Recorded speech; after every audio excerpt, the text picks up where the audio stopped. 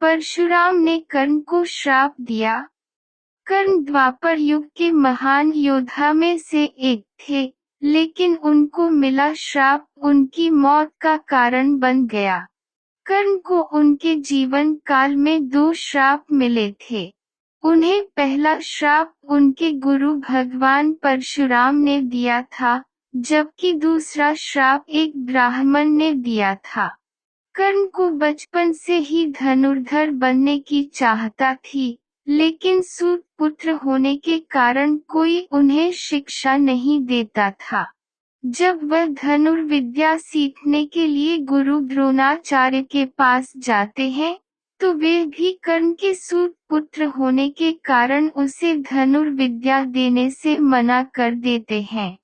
इससे कर्ण निराश होकर भगवान परशुराम के पास पहुंच जाते हैं, लेकिन भगवान परशुराम भी सिर्फ ब्राह्मणों को ही विद्या देते थे।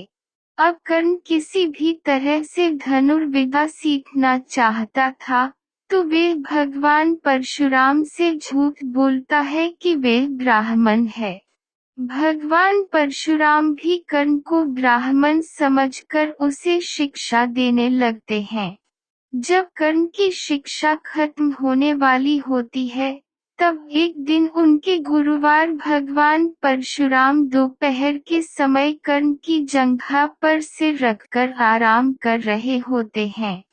थोड़े समय बाद वहां एक बिच्छू आता है, जो कर्ण के जंघा पर काट लेता है। अब कर्ण सोचता है कि अगर वे हिला या बिच्छू को हटाने की कोशिश की, तो गुरु परशुराम की नींद टूट जाएगी। इसलिए वह बिच्छू को हटाने की बजाय उसे डंक मारने देता है।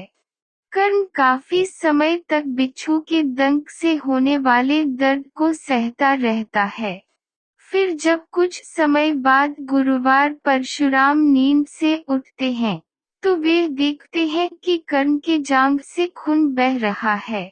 यह देखकर भगवान परशुराम गुस्से में कहते हैं, इतनी सहनशीलता सिर्फ किसी क्षत्रिय में ही हो सकती है। तुमने मुझसे झूठ बोलकर ज्ञान हासिल किया है, इसलिए मैं तुम्हें श्राप देता हूँ कि जब भी तुम्हें मेरी दी हुई विद्या की सबसे ज्यादा जरूरत होगी, उस समय वे काम नहीं आएगी।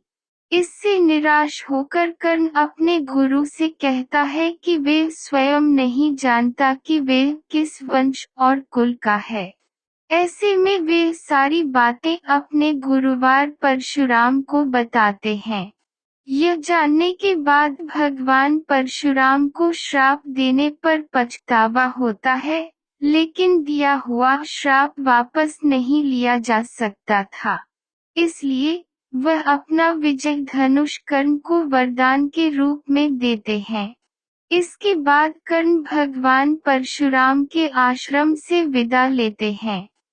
यदि आपको यह कहानी पसंद आए हो, तो प्लीज अपना कमेंट जरूर दें और हमारे चैनल को सब्सक्राइब करें।